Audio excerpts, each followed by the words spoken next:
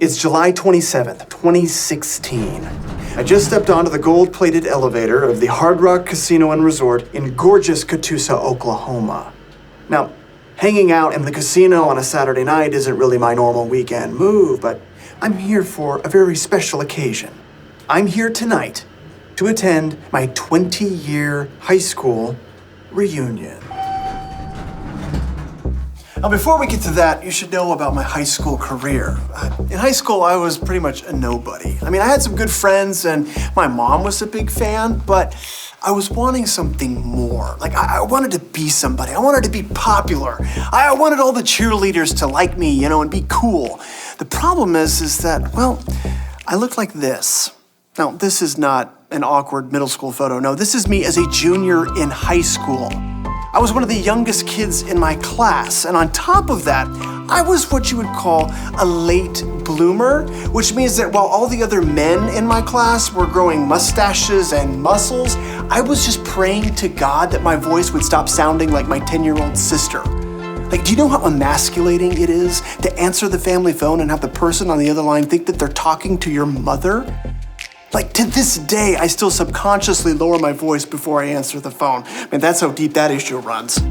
Like, I was not cool or popular, any of those things. Like I didn't have a car. I drove my mom's minivan, Like, the only girl that I had any kind of romantic relationship with was Little Debbie. And my God, what a torrid affair we had. Now, that relationship led to a period of my life that my family affectionately refers to as the husky years. I mean, I was a disaster. Like, I was not attractive or athletic or good at anything. Like, I was completely forgettable. And it seemed like the harder I tried, no matter what I did or what I said, I always found myself on the outside looking in. I'm sorry, I'm getting carried away here. Back to the casino. So that night, I walk into this ballroom, and there's food and drinks and all these people having a great time. Now, I'm too nervous to eat, so I just grab some water, and then I don't know what to do after that. So I just kind of move off to the side of the room, and then I'm just standing there. Like, how creepy and weird is that? Like, I'm just sipping on my water, looking at people. And then off in the distance, I see one of my classmates that I instantly recognize. And she's coming this way. Hey, what's up? Hey, did you go to school here? I did, yeah. Oh, okay. She was very kind, and we talked for a little bit, and then, of course, she moved on. Nice to meet you. We've already met, but anyway, doesn't matter. So she leaves, and then I'm just standing up here like an idiot again.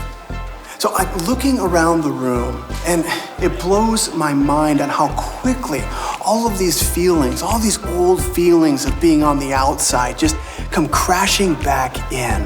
Like, I'm looking at all the popular people, all the beautiful people, and they're having a great time and reminiscing and laughing. And I feel like people are looking at me like, what is this guy doing here? Like, why would he be here? He doesn't have any friends. And of course, no one is saying that. Like, just my mind is saying that. Like, my insecurities are just screaming at me, saying, you don't belong. And so, as I'm about to leave, thinking this whole thing was just a big mistake, this girl, Katie, who I flunked chemistry class with, comes up to me and she says, hey, do you want to sit at our table? And on the outside, I'm kind of, trying to play it cool. I'm like, yeah, okay, sure. But on the inside, I'm just like, oh, dear God, yes, please. And so I sit at their table, and everything instantly gets better. Like, we just talking, hanging out. We had a great night. And I couldn't believe how much of a difference it made, just having someone invite me in. Just having someone see me. Having someone accept me. So that night, after I went home, I couldn't stop thinking about it.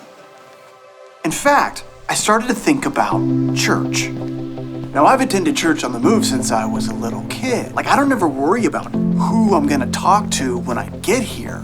I belong. But that night at the reunion, I was reminded of what it's like to feel like I'm on the outside. And I have to wonder, like, how many people come to church on the move? And maybe you feel like you're on the outside. Like you see the people in the halls all laughing and having a great time, and before service, everyone's talking, they feel so connected, and you feel like you don't belong. And maybe even you feel like people are looking at you going like, what are they doing here? Like, what's this person here for? Why is she here? They don't belong. Can I just say, like, no one is thinking that. No one is saying that. You are loved and accepted. You belong here. But I get it. I belonged at my high school reunion, but I sure didn't feel that way. Like, I had every right to be there, but I didn't feel like I belonged until someone took the time to convince me that I did.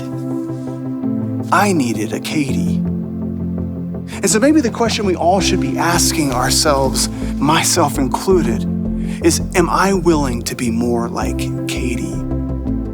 Am I willing to let God open my eyes so that I can really see all the precious people around me? Because God is sending people across our path.